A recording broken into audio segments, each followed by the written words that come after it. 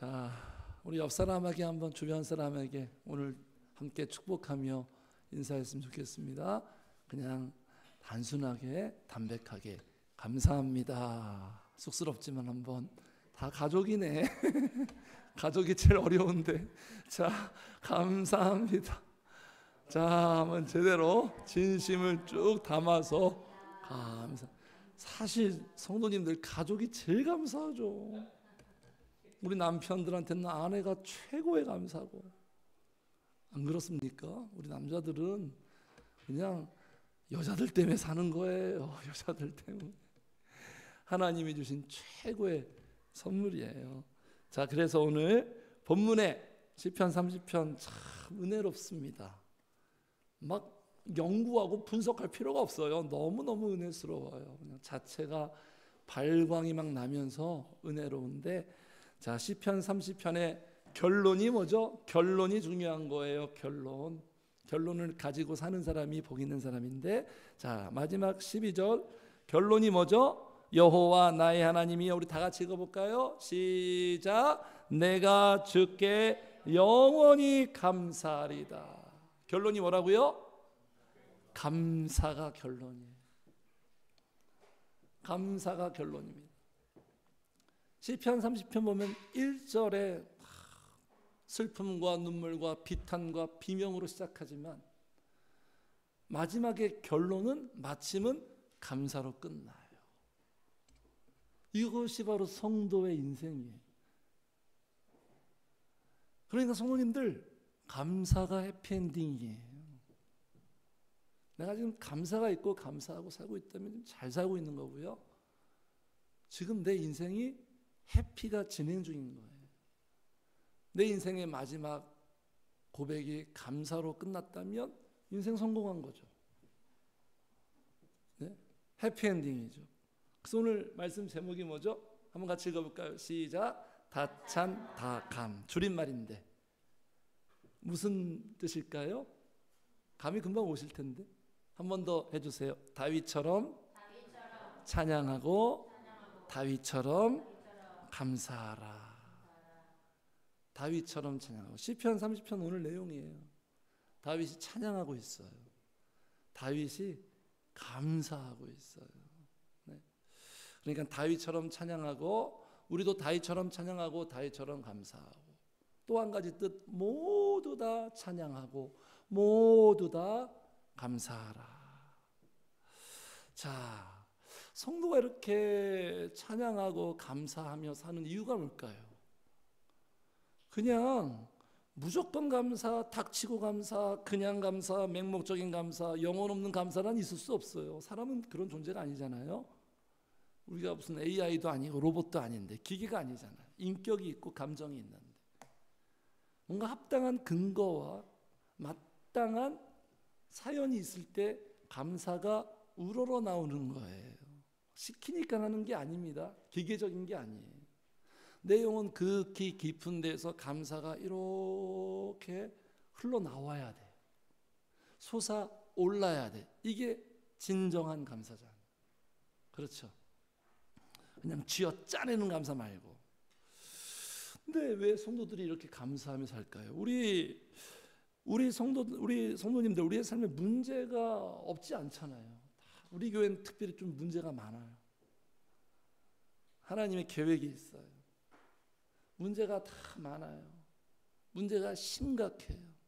성도님들 뭐 물질적으로 안정적입니까? 장래에 대한 어떤 보장돼 있나요? 세상에서 말하고 자랑하는 그런 기준 속에 우리가 살지 않잖아요.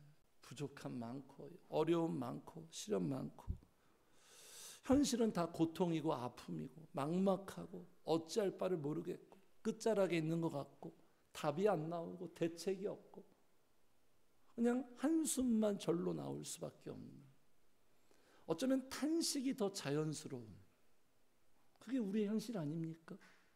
그게 우리의 일상이잖아요. 다윗도 마찬가지예요. 오늘 시편 30편을 보면요, 밝고 명랑하고 뭐 해맑은 그런 내용이 아니에요.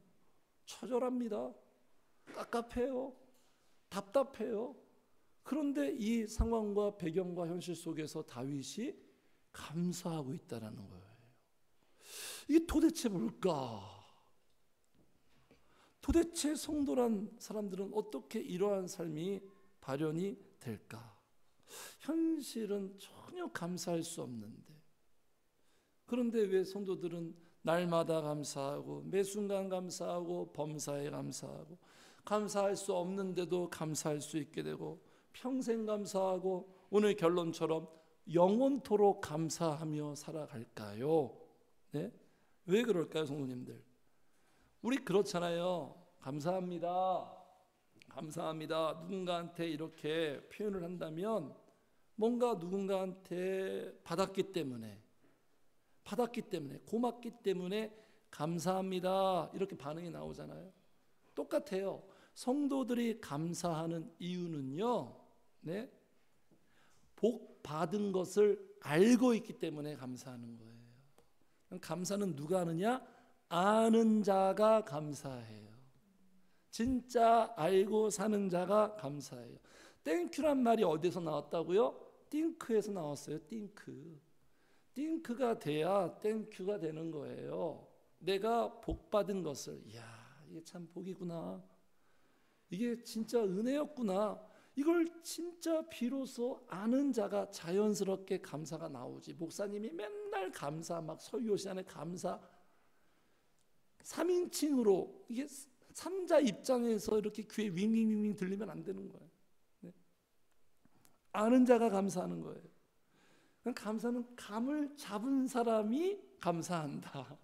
아, 이게 복이구나. 감을 잡은 사람이 감사하는 거예요. 복 받은 것을. 감사는 이게 쉬운 것 같은데, 말은 참 평범하고 쉬운 것 같은데, 감사는 아무나 하는 게 아닌 것 같아요. 감사는 아무나 하는 게 아니에요. 그러니까 일단 감사, 진짜 감사는, 네? 제대로 된 감사는 누구만이 할 수 있을까요? 성도만이 할 수 있어요. 진짜 감사. 조건적인 감사 말고 내 삶에 좋은 일이 있고 잘 되고 이런 조건적인 감사 말고 진짜 감사, 네? 감사의 정석은 우리 성도만이 할 수 있는 거예요. 같이 합시다. 성도니까 감사한다. 그러니까 내가 성도가 되었다는 건 대단한 영광이에요. 엄청난 사건이에요. 자, 그래서 여기 4절 보세요. 4절 같이 읽겠습니다. 시작. 주의 성도들아, 여호와를 찬송하며 그의 거룩하심을 기억하며 감사하라. 감사하라. 누구만이 가능하다? 성도만이 감사할 수 있어요.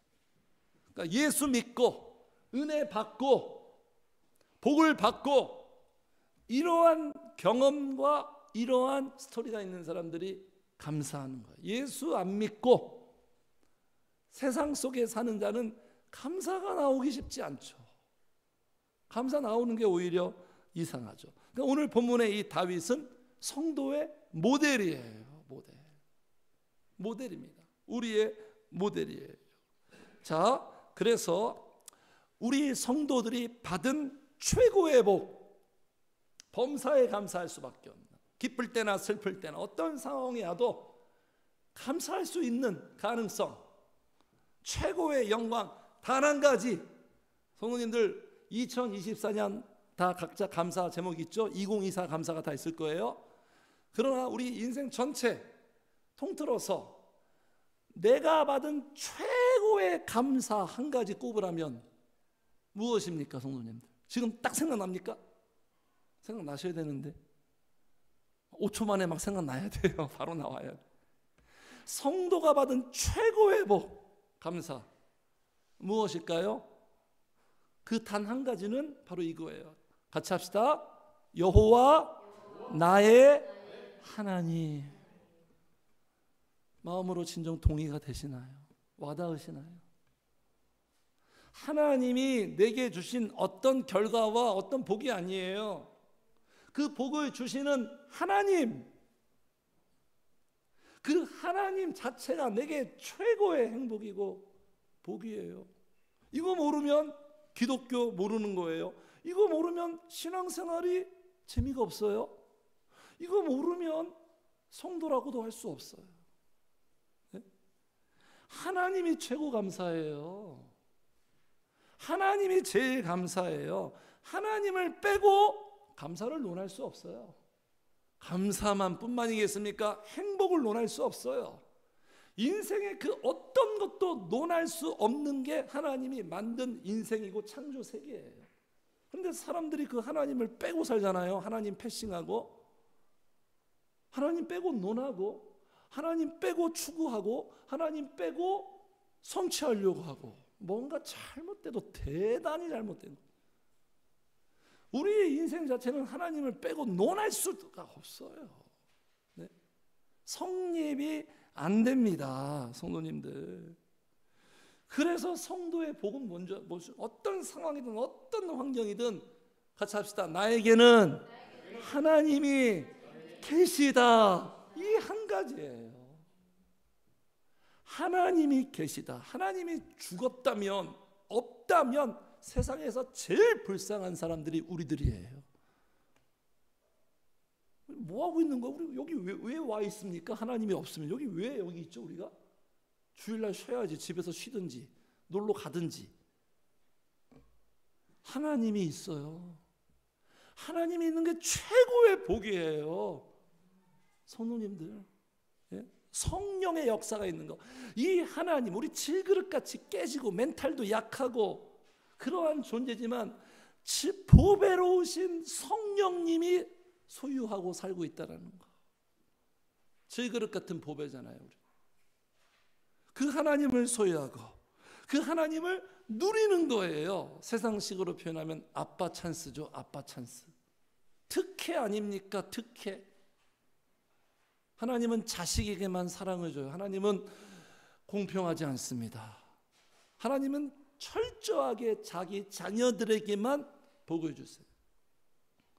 하나님을 누릴 수 있고 그 하나님이 나의 기업이에요. 우린 은과 금이 없어요. 우린 물질적으로 풍요롭지 못해요. 부자도 아니에요. 재벌도 아니에요. 상류층도 아니에요. 그러나 우리는요, 하나님이 나의 기업이라는 건 뭐냐면, 기업은 무슨 뜻이냐면 하나님이 나의 재산이에요. 재산. 하나님이 나의 재산이에요. 하나님으로 먹고 사는 거예요. 하나님이 내 인생의 자산이에요. 자산. 그래서 성도는 아무것도 없는 자 같으나 모든 것을 가진 자로다. 할렐루야. 이거 이해해야 돼요. 모든 것을 가진 자로. 하나님 가지면 다 가진 거예요. 세상 모든 게 다 아버지의 것이니. 그래서 다윗이 23편 가장 아름다운 시, 여호와는 나의 목자시니 내가 부족함이 없으리로다. 왜 부족함이 없어요? 우리 인생에 다 부족함 투성인데. 그런데 온전하신 완전하신 하나님을 내가 가지면 부족함이 안 되는 거예요. 하나님으로 인해서, 하나님 때문에 다 커버가 되는 거예요. 커버가 돼. 보완이라 돼버려요. 그래서 우리야말로 진짜 금수저예요, 성도님들. 대한민국 현실이 그렇잖아요. 이제는 개인의 노력의 여하에 따라서 우리가 성공할 수 없는 그런 사회 구조잖아요. 어떤 부모를 만나느냐에 따라서 우리의 인생의 행불행이 결정되는 그런 사회 구조잖아요. 영적인 세계도 마찬가지예요. 우리의 진짜 부모이신 하나님을 만나는 것에 따라서, 그 하나님이 나의 아버지가 되는 것에 따라서 인생이 좌우되는 거예요. 네? 우리야말로 금수저예요. 그래서 우리의 인생의 흥망성쇠, 제가 늘 표현하죠. 행불행, 승패, 성패가 어디에 달려 있냐면 세상 기준에 있지 않아요. 속지 마세요, 성도님들. 가짜 뉴스, 이게 진짜 뉴스가 아니에요. 세상의 것들을 내가 소유하는 것에서 결정되고 좌우되는 게 아니라 내 인생에, 내 마음에, 내 삶에 하나님이 진짜 있느냐, 성령님이 있느냐 없느냐에 따라서 우리 인생의 판도와 결과가 결정된다는 거예요. 할렐루야. 이걸 아는 사람이 지혜로운 사람이에요. 아들이 있는 자에게는 생명이 있고 아들이 없는 자에게는 생명이 없다. 그래서 예수님 이렇게 말씀하셨어요. 우리 같이 읽어요. 시작. 무리를 보시고 불쌍히 여기시니 이는 그들이 목자 없는 양과 같이 고생하며 예수님이 사람들을 보면서 불쌍히 여겼다는 이 마음은, 이게 헬라어로 무슨 뜻이냐면 창자가 끊어질 듯한 고통, 그런 고통 한번 느껴본 적 있어요? 창자가 끊어질 것 같은. 부모님들이 때로는 자녀들 보면서 그런 느낌 받을 때 있죠. 불쌍히 여겼는데 그 불쌍한 이유가, 야, 쟤들 왜 이렇게 돈이 없냐, 뭐 성공하지 못했냐, 이런 게 아니에요. 무엇 때문에? 목자가 없어요. 목자. 양에게 절대적인 존재는 목자가 있어야 돼요. 양은 목자 때문에 삽니다. 목자가 없는 거예요. 우리의 목자가 누구예요? 우리의 선한 목자? 하나님, 성령님. 성령님 없이 사는 것 가장 불쌍한 거예요. 그리고 우리의 신앙생활을 인도할 영적인 목자, 영적인 멘토가 없는 성도들이 가장 불쌍한 거예요. 목자가 없으면 인생이 어떻게 살아가냐면 고달프죠. 고생하며 기진하며. 고생이 뭐죠? 고생이 뭐예요? 막 열심히 하는데 열심히 투자한 결과 결실이 안 오는 거예요. 그리고 소년 소녀 가장들 보세요. 엄마 아빠 없이 얼마나 그냥 고생스럽습니까? 고생하고 방황하고 기진하고 지치고 회복도 안 돼. 마음의 스트레스 충만하죠. 어디서 해소도 안 됩니다. 다 이거 목자가 하나님이 해주는 건데. 그래서 성도님들, 이 하나님이 다윗이 고백하는 거 보세요. 12절 마지막에 여호와가 누구의 하나님이다? 12절에 여호와 나의 하나님. 이 하나님 살아 계신 것 같은데, 있는 것 같은데, 이 하나님이 목사님의 하나님이 아니라, 엄마 아빠의 하나님이 아니라 나의 하나님. 이게 신앙이에요. 하나님이 나의 하나님, 개인적인 하나님. 하나님이 나의 하나님 되어주신 거예요. 진짜로 이게 감사해요. 그런 감격과 감사와 감동, 지금까지 신앙생활하면서 한 번이라도 있었겠죠, 성도님들? 하나님이 나의 하나님 되어주시고 그 하나님을 의지할 수 있어서, 힘겨운 이 세상 하나님 의지할 수 있어서, 하나님을 소망할 수 있어서, 하나님을 사랑할 수 있어서, 하나님과 함께 할 수 있어서, 그래서 감사한 거예요. 그래서 오늘 본문에 1절에 어떻게 시작합니까? 여호와여. 계속 다윗이 처절하고 힘겹고 고통스러운 상황 속에서 여호와여, 여호와여. 하나님이 있기 때문에 이런 감사가 나오는 거예요. 하나님이 없으면 이런 감사가 어떻게 나옵니까? 다윗은 뭐 우리보다 뭐 더 대단합니까? 똑같은 인간인데. 그래서 감사한 거예요, 성도님들. 여호와 나의 하나님. 그래서 성도님들, 이 하나님이 누구 편일까요? 이 하나님이 누구 편이에요? 이 하나님이 내 편 되어 주신 거예요. 여호와 나의 하나님이란 건 하나님이 내 편이래요. 하나님이 내 편. 우리의 인생의 승부, 스포츠를 보면 성도님들, 누구와 편을 먹느냐에 따라서 달려. 가위바위보 잘해. 대댄치 잘해야죠. 대댄치 일본 말인데. 네? 죄송합니다. 가위바위보 잘해야 돼. 잘하는 선수를 내 편으로. 네? 뭐 스포츠 월드컵도 조편성. 그죠? 어떤 팀과 함께 있느냐에 따라서 결과가 달라지는 거예요. 누구랑 편을 먹느냐에 따라 나는 약해도 강한 실력자가 내 편 대주면 시너지 효과로 내가 이기는 거예요. 그러니까 여기 1절 보겠습니다. 1절 같이 읽어요. 시작. 여호와여 내가 주를 높일 것은 주께서 나를 끌어내사 내 원수로 하여금 나로 말미암아 기뻐하지 못하게 하심이니이다. 무슨 말씀이에요? 다윗의 원수가 있어요. 다윗의 대적자가 있습니다. 정적이 있어요. 그 원수로 말미암아 기뻐하지 못하게 했대요. 하나님이 조롱받지 못하게 했대요. 왜 그럴까요? 하나님이 다윗 편이라는 거예요. 하나님이 내 편이라는 거예요. 부모는 자녀의 잘잘못을 떠나서 무조건 자녀 편이듯이 하나님은 기본적으로 무조건 내 편이에요. 내 편. 하나님이 나를 위하시는 분이에요. 그래서 하나님은 하나뿐인 내 편이 하나뿐인 내 편. 우리는 도란이에요. 하나님은 최수죠. 하나뿐인 내 편. 그 드라마 재밌게 봤는데 나 웃으신 분들은 다 보신 분들이. 그러니까 성도님들 여기 보세요. 1절 다윗이 내 원수로 하여금, 우리의 삶에 우리의 원수가 있죠. 원수가 누굽니까? 마귀 사탄. 그러니까 원수 때문이라도 반드시 우리는 하나님이 있어요. 마귀는 우리가 대적 불가해요. 우리 마귀의 상대가 되지 않습니다. 반드시 성령님이 계셔야 돼요. 그래서 하나님이 내 편이기 때문에 우리는 지지 않아요. 지는 것 같은데 지지 않아요.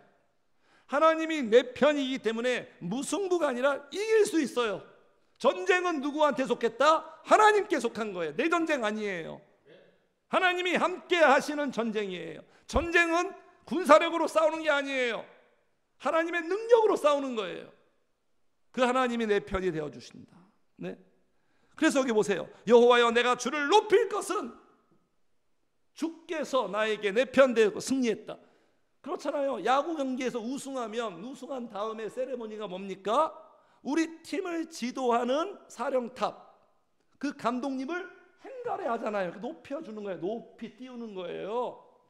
하나님이 내 영혼, 내 인생의 감독이고 하나님이 내 인생의 코치고 매니저 되기 때문에 이런 승리의 기쁨을 이렇게 예배를 통해서 우리의 마음속에 찬송으로 이렇게 행가래 치는 거예요. 행가래. 그래서 예배는 뭐냐면 하나님을 행가래 치는 거예요. 높이는 거. 영광 돌리는 거예요. 네. 그래서 성도님들 더 하나님이 내 편 되니까 더 마음이 든든해지고 안정감이 생기고, 그래서 더 이게 하나님이 내 편이구나 이것을 알게 되는 사람은요, 이 시편 다윗이 또 말한 것처럼 이런 사람들이에요. 같이 읽어요. 시작. 내가 아뢰는 날에 내 원수들이 물러가리니 이것으로 하나님이 내 편이심을 내가 아나이다. 언제? 내가 아뢰는 날에, 기도할 때 성령이 역사하셔서 나를 힘들게 하는 그 원수들을 몰아내십니다. 내 마음에 꽉 잡고 있는 어떤 근심, 걱정, 염려, 거기에 몰아내요. 공기, 신선한 공기를 불어넣은 것처럼. 그래서 하나님이 내 편인 걸 더 알게 돼요. 네. 그래서 하나님은 기도하는 자의 편이에요. 기도하는 자 위주 중심으로 돌아갑니다. 그래서 성도님들, 기도하는 그 사람이 기둥이에요. 메인이에요. 에이스예요. 성도님들 반드시 우리 늘충만 기도하는 교회에서 기도를 시작하고 기도를 익혀서 어느 곳에 가든지 기도하는 사람이 될 때 성령님이 우리 성도님들을 통하여 일하실 거고, 그래서 결국 감사의 세레모니를 할 수밖에 없게 하시는 거예요. 그래서 성도님들, 우리의 최고의 감사가 무엇이다? 하나님이 계시다. 하나님이 나의 하나님이 되어 주셨다. 하나님이 내 편이다. 내 마음 알아주신다. 하나님만이 나의 유일한 분이다. 그래서 여기 4절 다시 한번 보세요. 4절 시작. 주의 성도들아 여호와를 찬송하며 그의 거룩함을 기억하며 감사하라. 자, 찬송하며 무엇을 기억하라? 그의 거룩함을 기억하라. 잊지 말라는 거예요. 망각하면 안 돼요. 여기에서 거룩함은 뭐냐면 유일한 분이라는 거예요. 그 세상의 그 어떤 것과 구별되는 독보적인 하나님만이 네 편이고, 하나님만이 너를 사랑하고, 하나님만이 너의 행복이고 너의 기쁨이고 네 인생을 책임져주고 주님밖에 없다. 이걸 기억하라는 거예요. 이걸 자꾸 망각하면 우리가 스텝이 꼬입니다. 스텝이 꼬여요. 세상 것 보면서 비교하게 되고요. 쟤는 가졌는데 나는 못 가졌다. 이렇게 이상하게 꼬여버려요. 이걸 항상 기억해요. 그래서 다윗이 늘 어떤 고백을 했습니까? 같이 해주세요. 주밖에 없네. 주님 같은 분 없네. 이게 우리의 감사의 고백이에요. 하나님만이 유일한, 없어요. 성도님들 다른 곳에서 찾으려고 하지 마세요. 헛수고예요. 주님밖에 없어요. 자, 그래서 이 하나님이, 우리의 최고의 복이 되신 이 하나님이 우리의 인생에, 우리의 일생에 하나님의 역할을 행하십니다. 하나님의 일을 행하세요. 하나님의 하나님 되심을 나타내요.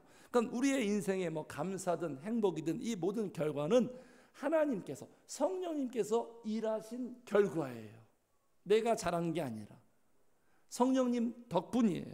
자, 그래서 그분은 우리에게, 사랑하는 성도 우리들에게 무슨 일을 하시냐면, 잘 아시는 대로 같이 합시다. 나에게 은혜를 베푸신다.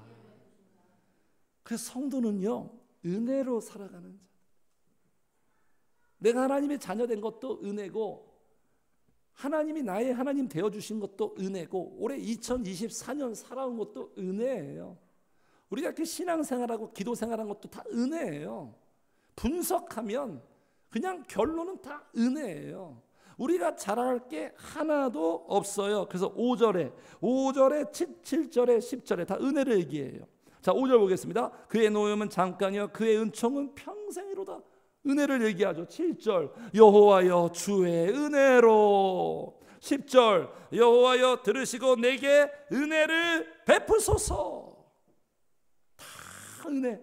은혜가 있으니까 우리가 감사할 수 있는 거예요. 그래서 우리 하나님은 그 은혜를 어떻게 어떻게 하시냐면, 여기 보세요. 같이 읽어요. 시작. 나오미가 자기 며느리에게 이르되 그가 여호와로부터 복받기를 원하노라. 그가 살아있는 자와 죽은 자에게 은혜 베풀기를 그치지. 그래서 소망이 있는 거예요. 은혜 베풀기를 그치지 않으세요. 그래서 소망이 있는 거예요. 네? 하나님의 은혜가 있으면 소망이 있는 거예요. 뭔가 이렇게 딱 무슨 수학 공식처럼 수치대로 딱딱딱딱 자세가 나오고 뭔가 각이 나와야 살아가는 게 아니라, 이건 세상의 논리죠. 그러니까 내가 살려면 1,000만 원이 있어야 되는데 나는 100만 원밖에 없어. 이건 못 살잖아요. 그런데 1,000만 원이 필요한데 100만 원밖에 없는데 하나님의 은혜가 있으니까 살아갈 수 있는 거예요. 때를 따라 도우시기도 하고. 하나님, 그러니까 은혜 베풀기를 그치지 아니한다. 내 인생에 그 은혜를 중단하지 않고 포기하지 않고 영원토록 은혜를 베푸니까 지금 다윗이 영원히 감사하는 거예요. 영원토록. 그래서 이 은혜의 계약 기간이, 우리랑 계약을 맺었는데 하나님이 은혜의 계약 기간이 5절에 보니까 언제까지예요, 성도님들? 5절. 그의 노염은 잠깐이요 그의 은총은 평생이로다. 내 인생이 끝나는 그 평생 동안, 평생 은혜, 평생 계약, 평생 보장, 이걸 기억해야 되는 거예요. 자, 그러면서 여기서 이런 말씀이 나오죠. 5절에 은총은 평생인데 그의 노염은 어느 정도다? 잠깐이라는 거예요. 하나님이 진노하는 경우가 있죠. 우리가 잘못해서 죄를 범해서 이상한 짓을 해서 성령님이 싫어하는 어떤 행동을 해서, 그렇죠? 우리가 세속화돼서. 그런데 이 하나님이 진노하는 것도 결국 우리를 사랑하기 때문에, 회개의 기회를 주기 때문에 진노하는 거예요. 근데 이 노염의 기간도 잠깐이에요. 잠깐. 여기 잠깐이 히브리어 무슨 뜻이냐면 눈 깜빡일 동안이에요. 눈 깜빡. 이 정도 하나님이 진노하시는 거예요. 은총은 평생. 그러니까 그냥 늘 은혜로운 거죠. 사사기를 보면 징계는 짧아요. 하나님이 징계하는 기간은 짧고 하나님이 은혜 주시고 복을 주시는 기간은 길어요. 징계는 짧고 은혜는 길다. 그 징계도 회개할 기회를 주시는 거예요, 성도님들. 자, 근데 징계할 때 하나님이 어떻게 징계하시냐? 그것도 우리가 잘 알아야겠죠. 자, 7절 보겠습니다. 7절 시작. 여호와여 주의 은혜로 나를 산같이 굳게 세우셨더니 주의 얼굴을 가리심에 내가 근심하였나이다. 어떻게 징계한다고요? 얼굴을 가리십니다. 이게 어떠한 건지 성도님들 아시죠? 얼굴을 가리신다. 안 만나 주시는 거예요. 은혜를 중단하시는 거예요. 그러니까 성령께서 역사하지 않는 거예요. 단절이죠. 영적인 단절. 영적으로 막히는 거죠. 불통의 상태죠. 이렇게 되면 어떻게 됩니까, 성도님들? 힘들죠. 그래서 다윗이 여기서 말하죠. 내가 근심하였나이다. 이게 성도에게 가장 힘든 거예요. 그러니까 성도는요, 하나님 얼굴 보며 사는 거예요.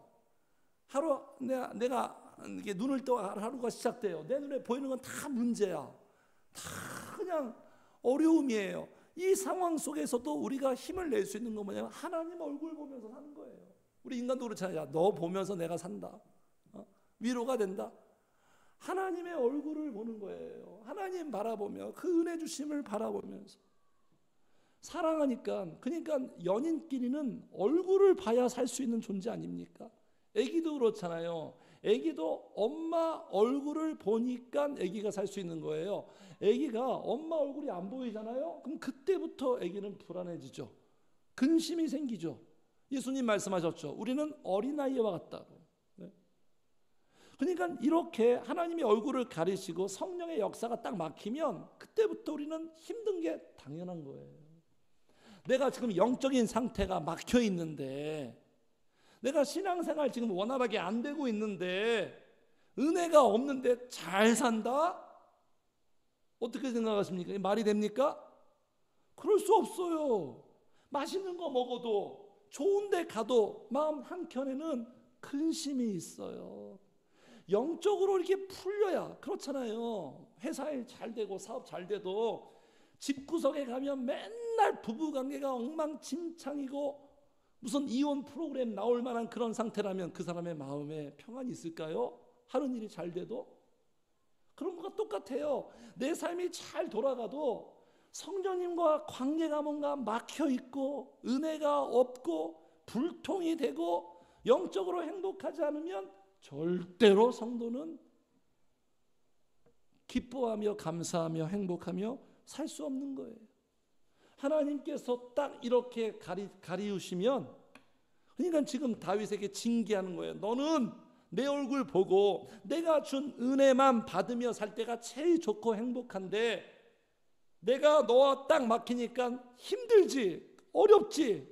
그래서 다시 돌아오게 하려고, 회개하려고. 그래서 은혜를 못 받으면서 오늘 메마르게 되어 있어요. 우리의 영혼이 메마르고 강팍해지고 점점 육신적으로 되고 자기중심이 되고, 네? 그렇게 되는 거예요. 하나님의 얼굴을 봐야 살 수 있는 거예요. 그래서 제가 한번 자주 말씀드리죠. 삼척에 있는 그 사모님, 그 사모님은 예전에 사랑하는 아들이 트럭에 치여서 하늘나라에 가는 그 큰 평생 지울 수 없는 그 상처가 있는 분이에요. 근데 그 상처보다 더 힘든 게 뭐냐면 그 사모님은 기도가 안 될 때 제일 힘들다는 거예요. 기도가 안 될 때 제일 힘들다는 거예요. 뭔가 성령님과 이렇게 막혀, 성령님과 원활하게 교통이 돼야 되는데 뭔가 막혔을 때 힘들어하는 것, 이게 바로 성도들이에요. 그래서 성도님들 이렇게 영적으로 이렇게 불통이 되고 막히고 영적으로 병들고 죽어 있으면 우리에게 아무런 유익이 없다는 거예요. 신앙생활이 안 된다는 거예요. 자, 그래서 9절 이렇게 말합니다. 9절 같이 읽어요. 시작. 내가 무덤에 내려갈 때 나의 피가 무슨 유익이 있으리요? 진토가 어떻게 주를 찬송하며 주의 진리를 선포하리까? 그렇죠. 영적으로 좋아야 내가 좋고 유익한데 내가 영적으로 지금 무덤에 내려가는 건 뭐냐면 영적으로 죽어 있다는 거예요. 영적으로 무덤 상태라는 거예요. 이런 상태가 되면 나한테 아무런 유익도 없고 내가 어떻게 찬송하고 내가 어떻게 진리를 선포할 수 있겠습니까? 그러니까 찬송이 안 되는 거예요. 목사님이라면 설교가 안 되는 거예요. 성도님들, 신앙생활이 안 되는 거예요. 신앙생활은 무엇으로 한다고 제가 말씀드렸죠? 신앙생활은 영으로 하는 거예요. 영으로. 신앙생활은 영으로 하는 거예요. 하나님, 성령님은 영적인 존재니까. 근데 영적으로 지금 병들고 죽어 있는데 신앙생활이 됩니까? 찬양이 안 되죠. 설교가 안 되죠. 감사도 안 되죠. 예배도 안 되죠. 이렇게 되는 거예요. 그래서 성도님들, 이럴 때는 어떻게 해야 됩니까? 해결책이 뭐예요?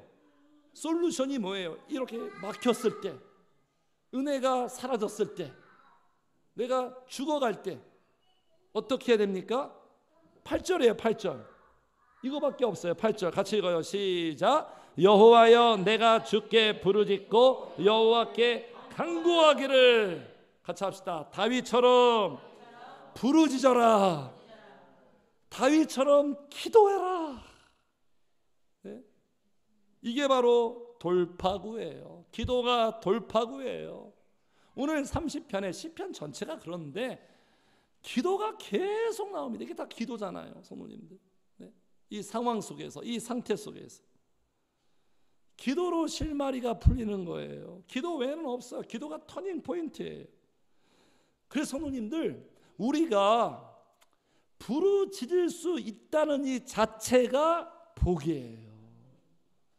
같이 합시다. 부르짖음이 복이다. 이 복이라는 이 이스라엘 말 자체가 기도예요. 기도하다. 바라크. 네? 이 부르짖음을 통해서 은혜를 주시고 복을 주시고 회복시키고 해결하시고. 자, 10절 보겠습니다. 10절 같이 읽겠습니다. 시작. 여호와여 들으시고 내게 은혜를 베푸소서. 여호와여 나를 돕는 자가 되소서 하였나이다. 보세요. 우리의 기도를 들으시고 은혜를 베푸세요. 아까 말씀드렸죠. 은혜를 베푸시는 분이라. 우리의 기도를 들으시고 도와주십니다. 철저하게 우리의 신앙생활, 기도를 통해서 성령님이 나타나고 일하세요. 내가 시작해야 하나님도 시작하는 거예요. 기도가 너무너무 이렇게 귀한 거예요. 중요한 거예요, 성도님. 저기 이사야도 이렇게 말합니다. 이사야 어디 갔어요? 이사야 없어졌네. 이사야 없어졌어. 이사야 무슨 말씀이냐면 부르짖는 소리로 말미암아 은혜를 베푸신다. 있습니까? 없죠? 있어요? 네. 자, 제가 읽을게요. 성도님들 빨간 글자만. 시온에 거주하며 예루살렘에 거주하는 백성아 너는 다시 통곡하지 아니할 것이라. 시작. 그가 내 부르짖는 소리로 말미암아 내게 은혜를 베푸시되 그가 들으실 때 내게 응답하시되. 무엇으로? 부르짖는 소리. 그러니까 기도하는 사람이 은혜를 많이 받아요. 기도하는 사람 마음에 은혜가 있어요. 기도하는 자에게 하나님의 특별한 은혜가, 이 은혜로 돌파구가 생기고 실마리가 풀리고 살아가는 거예요. 그래서 기도가 이렇게 위대한 거예요, 성도님들. 그래서 부르짖고 기도 행전의 인생이 되는 사람은 절대로 망하지 않습니다. 절대로 망하지 않아요. 절대로 불행해지지 않아요. 실패하지 않아요. 왜 그렇습니까? 하나님의 약속이에요. 이건 하나님의 명예, 자존심, 이름이 걸려 있는 거예요. 만약에 성도님들 기도하는데 내 인생이 불행해지고 기도하는데 망한다? 그렇다면 하나님은 하나님의 자리에서 내려오셔야 되는 거예요. 네? 그만두셔야 되는 거예요. 네? 그래서 문제는 뭐냐? 내 삶에 문제가 많은 게 아니라 부르짖지 못하는 게, 기도 행전이 없는 게 이게 문제. 부르짖을 수만 있다면, 네? 하나님의 놀라운 기적을 경험합니다. 부르짖을 수만 있다면, 기도할 수 있다면, 이건 소망이에요. 소망. 네? 그러니까 기도하면 단순해요. 기도하면 소망이 있고 기도하지 않으면 소망이 없어요. 소망의 근거가 거기 있는 거예요. 기도하지 않으면 교회를 다녀도 계속 그대로예요. 계속 그대로. 전혀 변화되지 않습니다. 그리고 그 계속 그대로의 모습에 하나도 문제 제기를 안 해요. 본인이 그냥 적응이 돼 있으니까 고착화돼 버리는 거예요. 그래서 예배만 드리고 말씀의 이론만 듣고 그냥 사는 거예요. 살아계신 하나님을 경험하지 못해요. 성령의 역사를 전혀 경험하지 못해요. 이게 성도의 비극이에요. 비극. 우리의 인생은요, 잘 먹고 잘 살고 내 로망이 이루어지는 게 아니라 창조하신 하나님을 경험하고 동행하고 함께하며 사는 것이 내 인생이에요. 가장 귀한 걸 우리가 얻지 못하며 사는 거예요. 자, 그래서 이렇게 부르짖으면 다윗이 이런 상태에서 근심 가운데 있지 않고 부르짖었어요. 성도님들, 고민만 하지 마세요. 걱정만 하지 마세요. 근심만 하지 마세요. 그러면 우리는 그냥 무너집니다. 근심할 때 기도하세요. 다윗처럼 이렇게 부르짖으면 반드시 부르짖음의 효과가 나옵니다. 어떤 효과? 하나님의 구원의 복을 경험해요. 내가 기도하면 하나님은 구원이에요. 구원으로 응답해요. 구원의 맛을 경험해요. 구원은 시작합니다. 끝에서. 그 구원이 뭔지 아십니까? 살리는 거예요. 죽은 내 영혼, 죽은 내 마음, 죽은 내 삶, 죽은 내 신앙, 죽은 우리 가정, 죽은 교회를 살려요. 기도하면 반드시 살아납니다. 부활을 경험하게 되어 있어요. 자, 그래서 여기 이렇게 보겠습니다. 3절 읽어 시작. 여호와여 주께서 내 영혼을 수월에서 끌어내어 나를 살리사 무덤으로 내려가지 아니하게 하셨나이다. 내려가지 않게 해요. 다운되지 않게 해요. 바닥치지 않게 해요. 살려요. 내가 나를 어떻게 살립니까? 내 영혼 내가 살릴 수 있어요? 마인드 컨트롤 살립니까? 우리의 가정을 살리고 내 인생을 살리는 분은 오로지 성령님밖에 없어요. 그분의 주특기는 살리는 거예요. 네.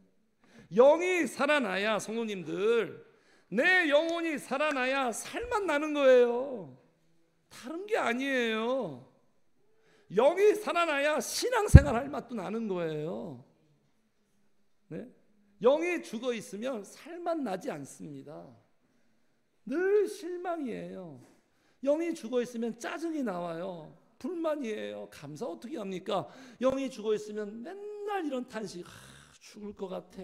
아우 죽을 것 같아. 못 살겠어.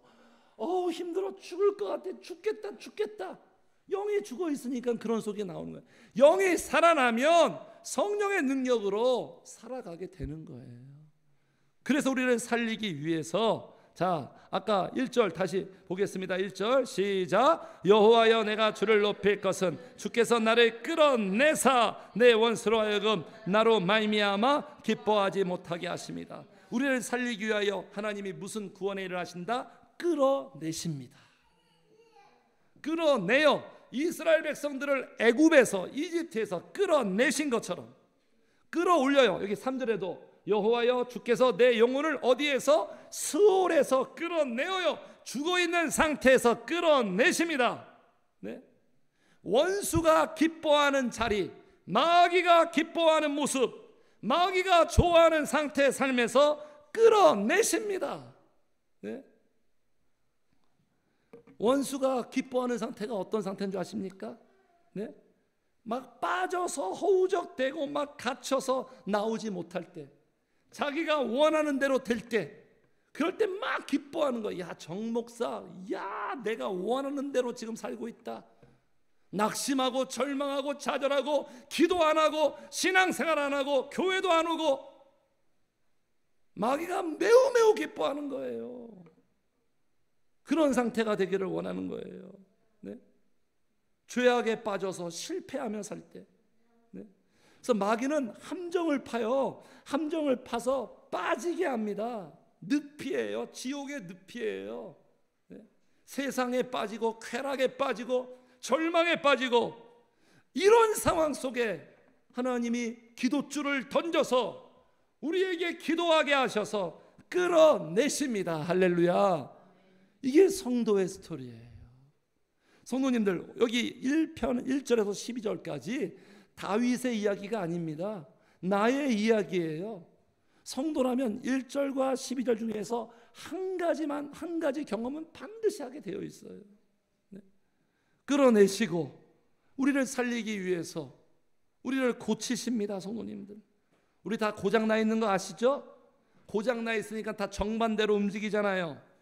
자, 그래서 2절이에요. 2절 같이 읽어요. 시작. 여호와 내 하나님이여 내가 주께 부르짖음에 나를 고치셨나이다. 누구를 고쳐주신다? 부르짖는 자가에게 고쳐줘요. 제가 너무나 경험했거든요. 완전 경험.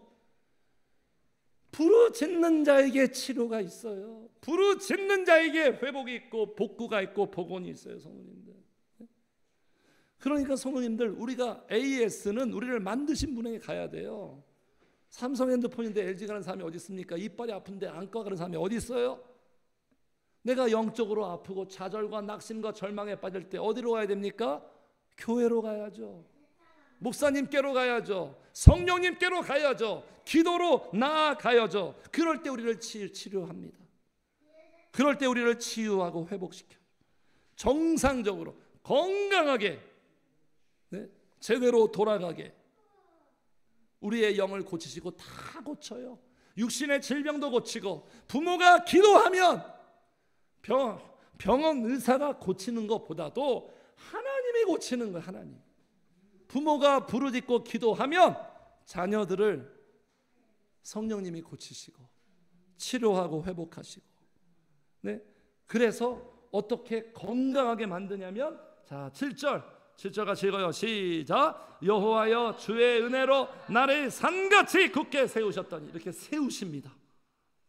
연약한 우리를 기도하면 점점점 견고한 산처럼 굳건해집니다. 강건해져요. 기도 안 하니까 약한 거예요. 멘탈도 약하고 그냥 무너지고 쓰러지고 얼마나 스트레스 받고. 성령님 가까이 하고 예배하고 기도하면 굳건해지는 거예요. 이렇게 살리고 끌어내고 고쳐서 결국 내 인생의 대역전의 변화의 삶으로 우리를 바꾸시는 거예요. 기도하면, 같이 합시다. 기도하면 내 인생을 바꾸신다. 기도하면 내 인생 바꿔요. 인생 대역전이 일어나요. 기도가 터닝 포인트예요. 네? 확실하게. 자, 그래서 이렇게 바꾸신대요. 자, 우리 11절, 이제 마지막 절이에요. 11절 같이 읽어요. 시작. 주께서 나의 슬픔이 변하여 내게 춤이 되게 하시며 나의 베옷을 벗기고 기쁨으로 띄우셨나이다. 어떻게 바꾸신다? 슬픔의 인생을 기쁨으로. 초상집 같은 나의 인생을, 우리 가정을, 나의 모든 것을 잔치집으로 만들어요. 성령님밖에 없어요. 기도가 이런 놀라운 결과를 우리에게 가져다 주는 거예요. 탕자 보세요. 돌아오니까 잔치집, 잔치가 시작되고, 나사로도 성령께서 살려서서 잔치하게 만들고. 그래서 너무너무 기뻐서 슬픔이 변하여 무엇이 되게 한다고요? 춤추게 해요. 성도님들, 하나님이 너무 좋아서, 하나님의 은혜가 너무 감사해서, 하나님의 은혜가 너무 기뻐서 춤춰본 적 있어요? 술 먹고 춤춘 거 말고 춤춰본 적 있냐고요? 춤추시기를 축복합니다. 그분은 우리를 춤추게 해요. 제가요, 경험이 많은데, 교회 지금은 성도가 좀 있는데 서울에 있을 땐 성도가 없거든요. 교회 늘 혼자였어요. 근데도 기도하는데 성령님이 마음에 막 기쁨을 줘서 그 교회 혼자 미친놈처럼 막 춤췄어요. 춤췄다니까요. 미친놈이죠. 춤이 나오게 해요. 그래서 이 춤하면 생각나는 사람 누굽니까? 오늘 본문의 다윗이에요. 어디 갔어? 자, 스타트 눌러주세요. 뭘 눌러요? 보세요. 다윗이 춤추는 거예요. 다윗의 춤을 우리 감상하겠습니다. 이게 다윗이에요. 막춤이죠. 미갈이 어이없어 하죠.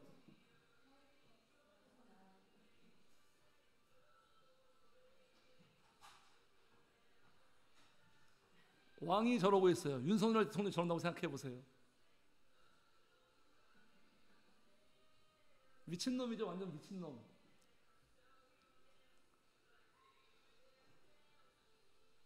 모든 신학 강요들이 보고 있는데 저렇게 춤추고 있어요. 다윗이. 그것도 속옷 차림으로.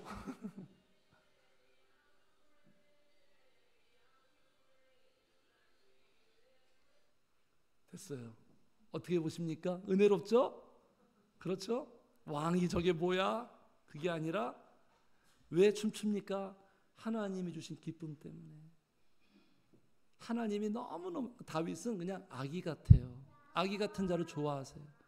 체면 같은 거 없어요. 자존심 같은 거 없어요. 그냥 하나님이 좋아서 그냥 막 주는 거예요.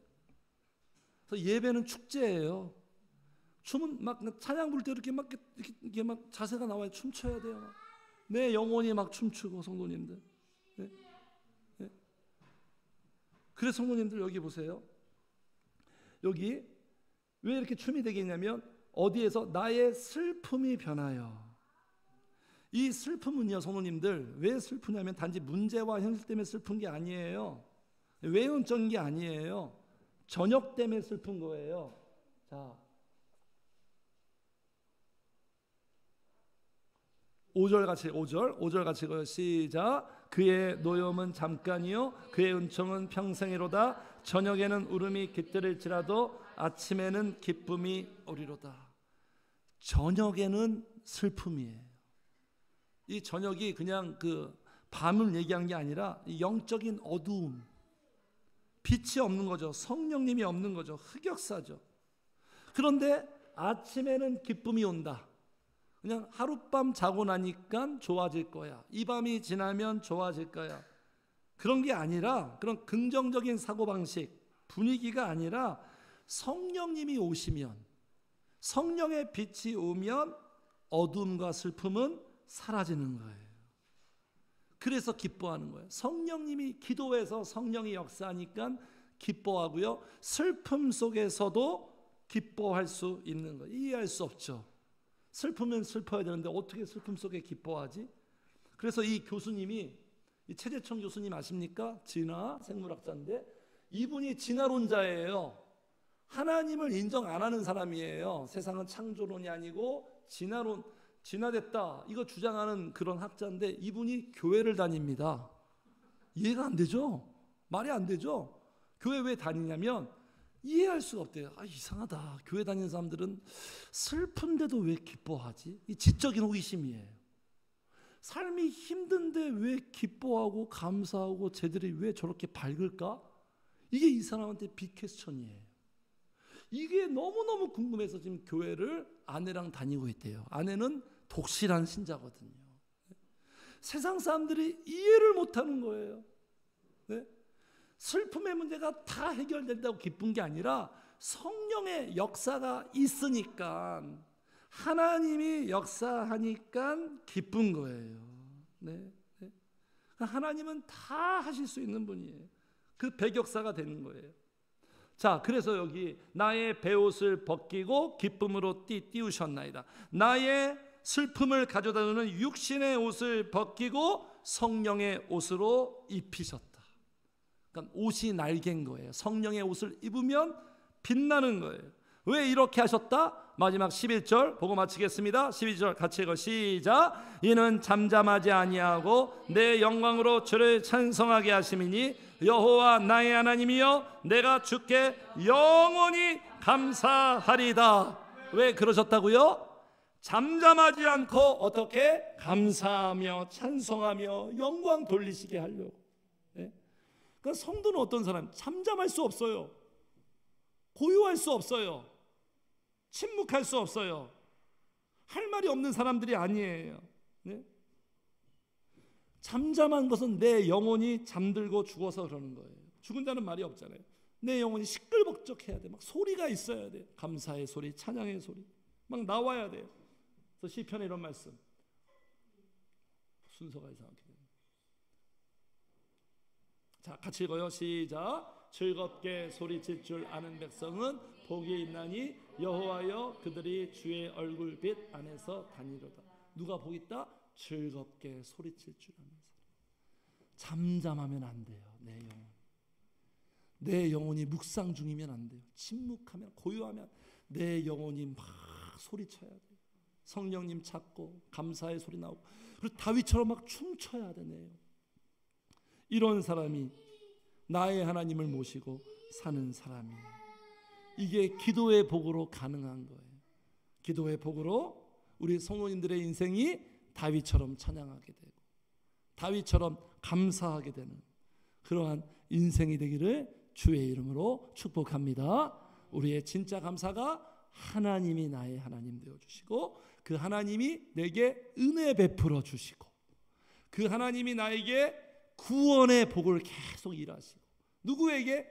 기도하는 자에게, 주님을 찾는 자에게, 가까이 하는 자에게. 그래서 우리 성도님들이 다윗처럼 다 이렇게 살아가시기를 주의 이름으로 축복합니다. 아멘. 우리